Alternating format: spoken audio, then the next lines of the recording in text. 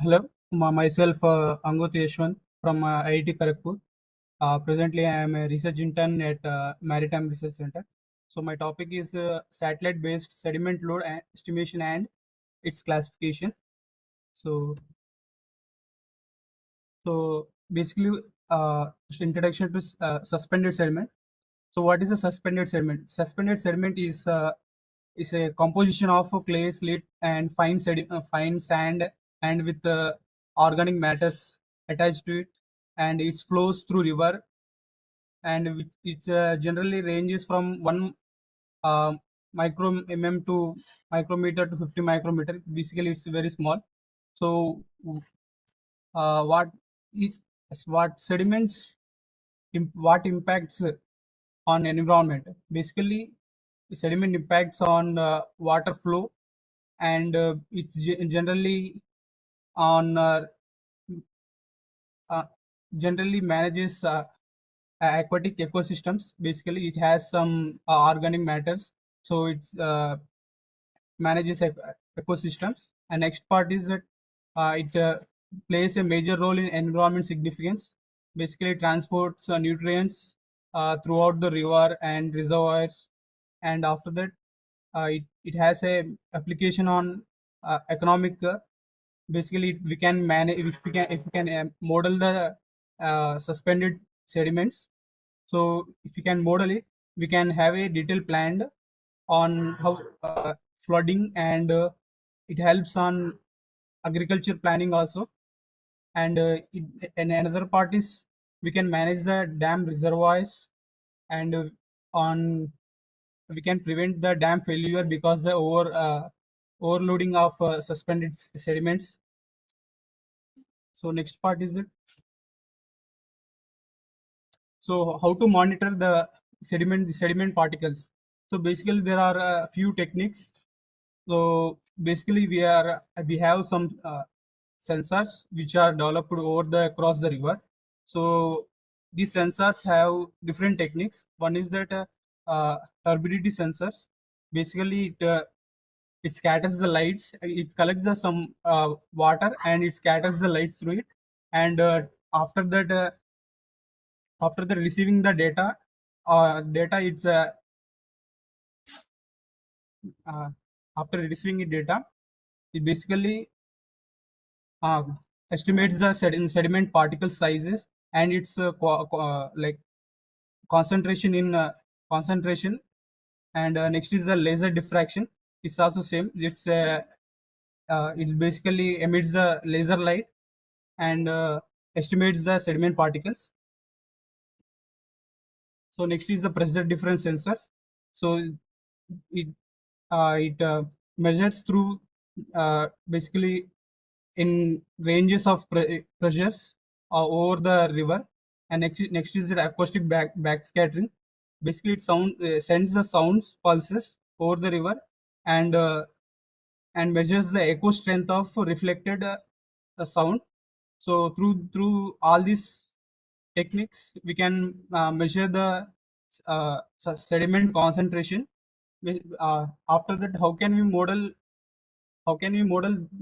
uh, how can we estimate the suspended sediment across the river? So few studies have that the suspended sediment estimation, and the methods can have in three methods. Basically, first is that sediment rating curves. So sediment rating curves is basically a theoretical aspect. Basically, it's measures its models on graphs. Basically, it calculates the suspended sediment concentration through the discharge stream. So water discharge concentration. So basically, it's uh, drawing the graph of sediment through the water discharge. So basically, it has inaccurate during high flows, requires and long-term discharge and sediment data. So next is that machine learning models. We have If we have the more data, we can go through the machine learning models. And so next part is that we can measure physically by applying different sensors over across the river or reservoir. So we can get through this data and model through it. So we have here we have uh, the graph showcasing the complexity and spatial coverages of different models. And here's the pie chart. So it just shows which models we are using mostly throughout the globe. So basically, machine learning models we are using mostly. So after it, so and my focus is on satellite based estimation.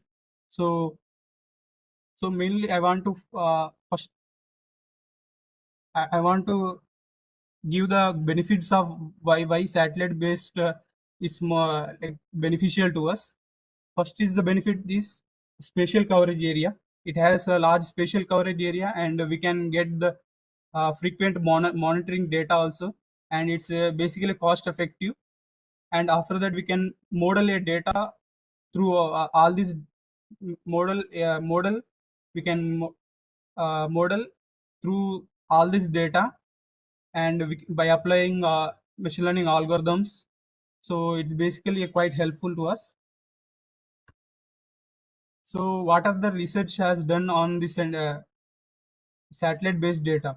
First is that satellite based data here Yangtze River it showed nearly 80% of accurate data. So by modeling through some multispectrum images. And next is that in Brazil uh, they have done they have given 25 milligrams of error, basically very small error. So it has done very accurately. And in Ganga River during the pandemic, so they have observed that the turbidity in Ganga River also slowed down. So basically, they have observing through satellites. So another model is the soil and water assessment tool. So basically, it also helps in observing the sediment over the river. And next is my focus on Brahmaputra River. I am doing on research on Brahmaputra River now.